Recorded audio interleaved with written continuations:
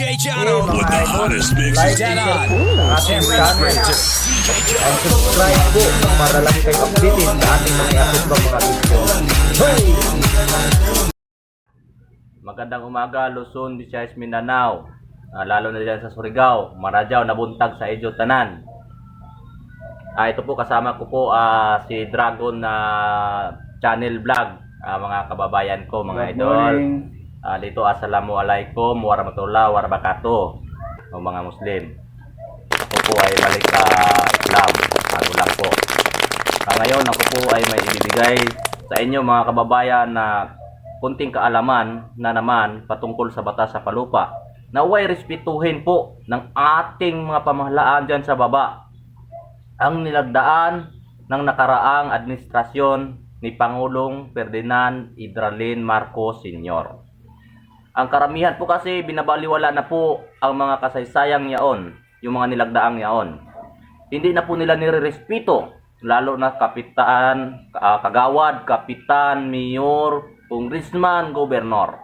Yung batas na nilagdaan ng ating Pangulo. Nakasaad doon mismo sa Presidential Decree 1143, Section 9, na lahat ng naka-occupant dito sa buong Pilipinas ay lehitimo na may pag-aari. Ngayon po itong kapitan o kagawad, karamihan po dyan ay mayroon lang ipapakita sa kanilang ganitong dokumento. Hindi na nila po minomonitor.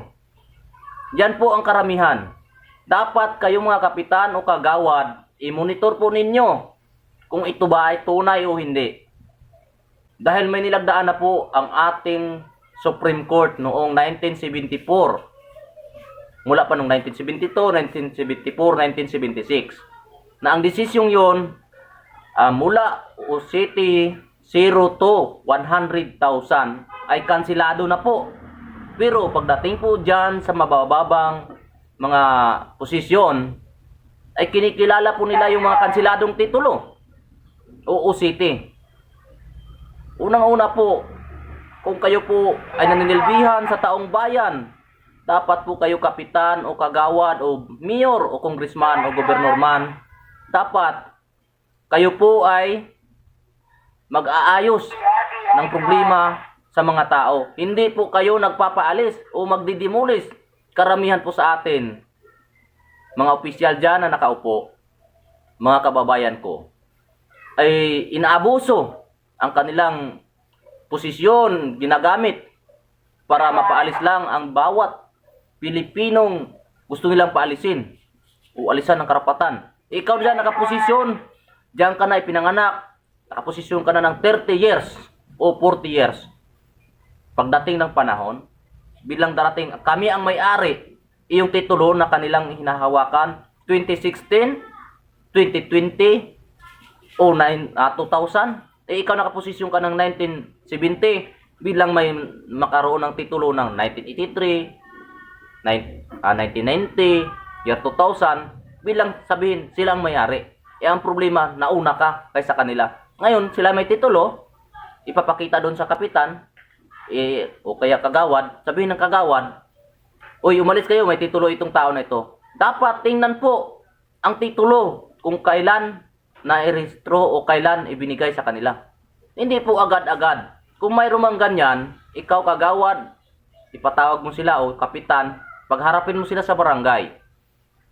Kung hindi kaya, dapat mag-issue kayo ng certificate to file action. Ang korte po ang may dyan, hindi po kayong kapitan. Wala po kayong karapatan na pakialaman ang kaso sa lupa. Ang sa inyo po ay settlement. Karamihan po sa ating mga kagawad, kapitan, ay mapangahas. Inaapi nila yung mahihirap. Kumakampi sa mayaman. Siguro, alam nyo na mga kababayan, kung bakit kinakampihan yung mayayaman. Siyempre, kung may naiabot man lang sobre, siyempre kakampihan na yon. Yon ang problema. Ibinuto ninyo, mga kababayan. Ngayon, lulutang yung taga-ibang lugar, magpakilala sila may-ari, hindi naman sila nakaano ng titulo na sila mismo diyan nakaposisyon. Nung una po, mga kababayan, Nandyan po nakasaad sa batas, Republic Act 6657, ang touring system na respetuhin.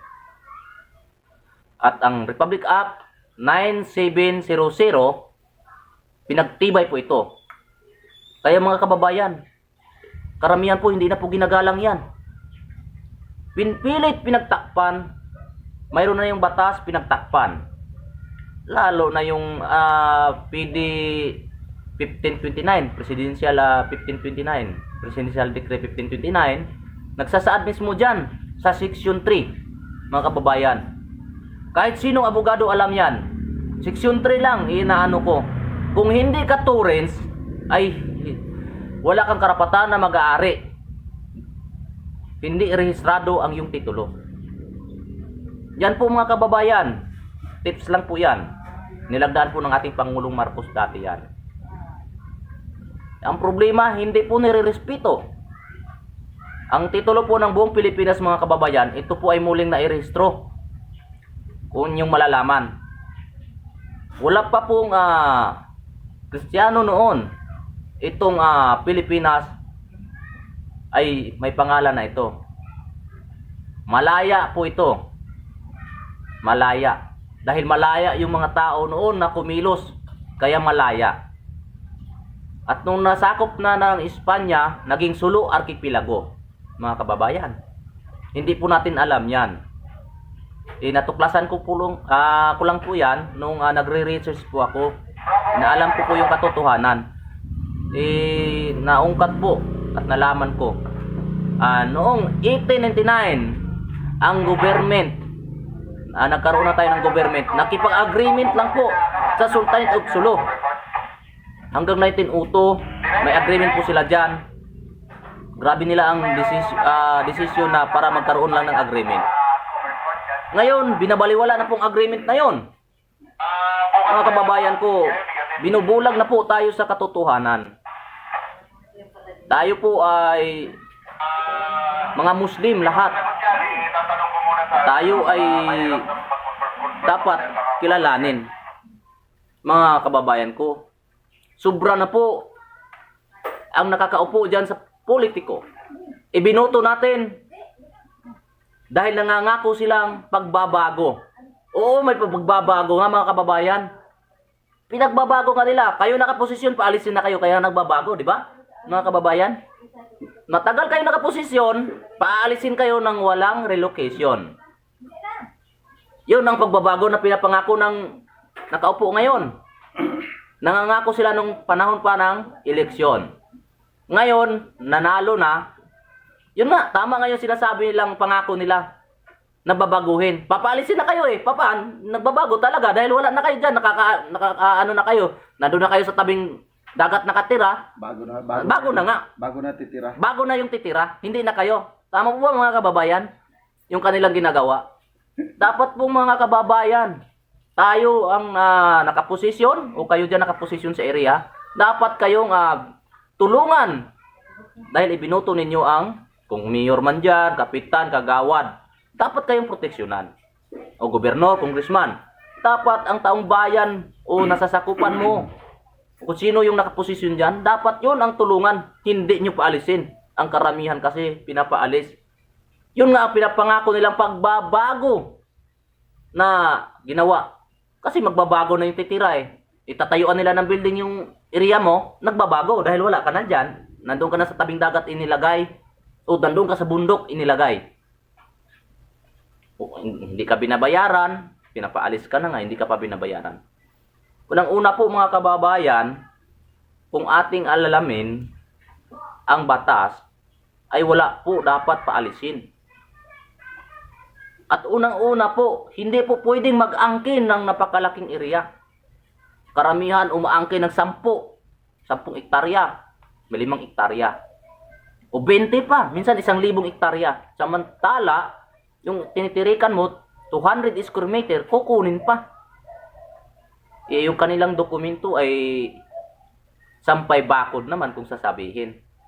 Piki ka mo, piki. Piki, ganun. Hindi nila ina-update doon sa LRA. May agreement yan. noong 1976. Noong 1976 pa lang mga kababayan, nanawagan ng ating Pangulo na lahat ng titulo isurrender upang ma-reconstitute tungo sa Turin system. Ang problema, wala pong nagsusumiti noong marami. Isa lang po ang nakapagsumiti. Kinat-off na po ni ex-President Ferdinand Idralin Marcos Sr. 6 months lang ang panawagan niya. Wala na po. Naglaps na po. Kaya dapat yung nilagdaan na batas, yung sinasabi kong PD 1529 at PD 892, dapat sundin po ng nakakarami. Hindi po kapitan na magdesisyon dyan. Korte, may korte po tayo. Ang korte po ay may alam dyan patungkol sa Torrens. Alam na po nila yan. Ang walang alam siguro yung Municipal Trial Court. Pero yung RTC, alam nila yan. Torrens system ang igagalang. Supreme Court, Court of Appeals, alam nila yan. Torrens system. Ang problema, kapitan nagdesisyon. Wala yan. Ibig sabihin, kung piki ang Torrens, piki din yung nilagdaan na batas. Kasi nakasaad mismo doon Republic Act 6657 na igalang ang Torrens system. Ginalang ba ng mga kapitan, mayor dyan, congressman o gobernur man, kagawad? Hindi. Hindi nila ginalang. Dapat igalang. Nandyan yung batas Dapat galangin natin yung batas. Huwag natin pagtakpan ang mga kamalian. Ituwid po natin. Hindi sa lahat ng oras. Paano? Ngayon, ikaw may-ari sa lupa na yan. O, kunwari na lang. O, mayor, ikaw may-ari sa lupa na yan. Balang araw, ang lupa naman ang mamay-ari sa'yo. Ganun pala yun. Tama yun. Ngayon, ikaw ang may-ari. Pagdating ng panahon, ikaw na naman pala ang inari ng lupa. Dahil ibabalik ka roon. Yun ang karamihan sa atin na ano sa batas. Natatakpan ng siguro pira ang pinagtakip sa mata kaya nabulag. Yun ang karamihan mga kababayan. Kapitan, mayor, kagawad, takpan ng pira yung mata. Takpan ng 1,000, takpan sa kabila 1,000, kabila 1,000, bulag na. Di ba? O lalo na 10,000 sa kabila, 10,000 sa kabilang mata, bulag na. Hindi na inalam yung katotohanan. Papaalisin ka na lang. Mga kababayan, dito lang po ninyo maano yan sa Palupa Channel, ang mga talakayan at sa Dragon Channel Vlog, mga kababayan. Dito po sa amin lang yan, tinatalakay namin ang batas sa Palupa at sa inyong paninirahan. Dahil kami po ay tumutulong para sa kaunlaran at bilang Para sa kapakanan sa bawat isang Pilipino, mga kababayan. Karamihan po, binulag po ng katotohanan. Unang-una mga kababayan, ulitin ko, yung OCT at OCT 01-4, ito po ang titulo ng buong Pilipinas. Hindi na po ginagalang yan. Bakit? Pinagtakpan po nila. Pinilit po nilang takpan. Kung wala tayong titulo mga kababayan, ang buong Pilipinas, nasakop na tayo ngayon. Pero ginagalang po ng International Court ang titulo ng Republic of the Philippines. Alam po ng mga nakakataas yan, pero hindi po nila inano dahil maaano po sila, matakpan. Ano yan Palupa yung ang Pilipinas, pagmamay-ari ng royal family. Hindi ng gobyerno. Sabi lang, gobyerno ang may-ari. Oo. Hindi. Ang gobyerno, estado, ay nakikitungtong lang yan sa lupa ng royal family. Oh. May agreement dyan na uupa sila pero binaliwala nila yan dahil alam mo na anong something sa mga politiko natin. Yun mga kababayan ha. Mga kababayan, maraming salamat po. Hanggang sa susunod na naman po. Abangan po ninyo ang laging itatalakay natin dito mga kababayan. Hindi po tayo titigil hanggat hindi nabubuksan ang katotohanan. Kaya mga kababayan, like and share and subscribe po para updated kayo lagi sa ating mga i-upload na mga video. Hey! DJ Jano with the hottest mix. Like and share po ang ating channel. And subscribe po para lagi kayo updated sa ating mga i-upload mga video. Hey!